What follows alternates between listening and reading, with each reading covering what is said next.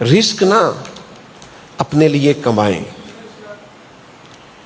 میں الحمدللہ خانقاہ میں رہنے والا آدمی ہوں، عجیب بات آپ سے کرنے لگا ہوں، آپ اپنے لیے کچھ نہ کچھ جمع بھی کر کے رکھیں۔ بوقت ضرورت دوسروں کا گلہ نہ کریں کہ فلاں کے پاس بڑے پیسے ہیں تو میں نے مانگے ہیں تو اس نے دیے نہیں۔ کیوں دے؟ آپ کو پابندی ہے کوئی؟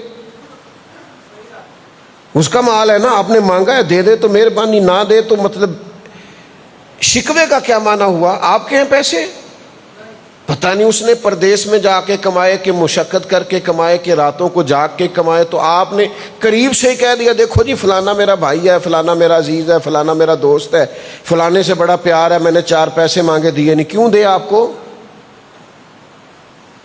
آپ اپنے لیے محنت کریں، اپنے لیے جدوجہد کریں۔ رب بڑا کریم ہے، وہ سبھی کو عطا کرتا ہے، کسی کی محنت اللہ ضائع نہیں فرماتا۔ ہم کوشش کرتے نہیں، ساری زندگی گلہ ہی کرتے رہتے۔ فلانے کے پاس بڑا مال ہے تو میرا خیال ہے وہ صبح سے شام تک سویا کرتا تھا اور رات ساری وہ موبائل دیکھتا تھا، تو پیسے خود بخود اس کے گھر چل کے آ گئے ہوں گے، ایسا ہی ہوا ہے میرا خیال ہے۔ اس نے محنت کی ہے اور آپ نے خالی تقاضا کیا ہے۔ تو یہ انداز فکر بدلیے۔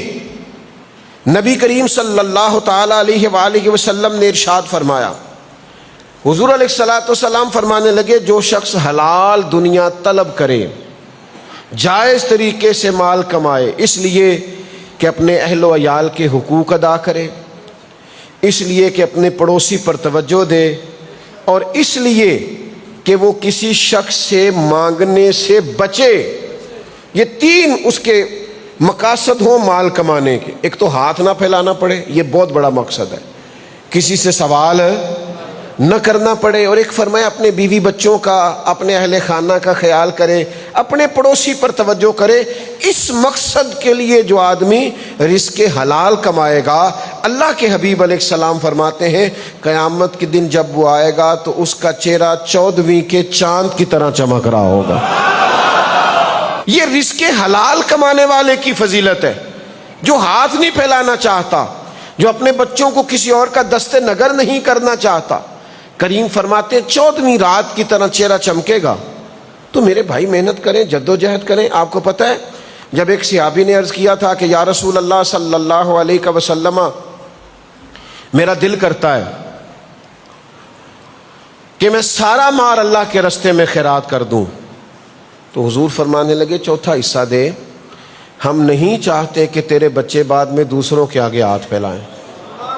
تو حضور نے تو خود گویا اسے تلقین فرمائی کہ اپنے بچوں کے لیے کچھ سنبھال کے رکھ، کچھ تیرے پاس ہونا چاہیے جس سے تیری اولاد نفع اٹھائے۔ لیکن وہ ہمارے ہاں اپنی اپنی تشریحات ہیں اور اپنا اپنا زاویہ نگاہ ہے، اور لوگ اپنے حساب سے چیزوں کو دیکھتے ہیں۔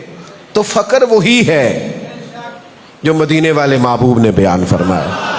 اپنی مرضی کا آپ فقر اختیار نہ کریں، وہی ہے جو حضور نے بیان کر دیا۔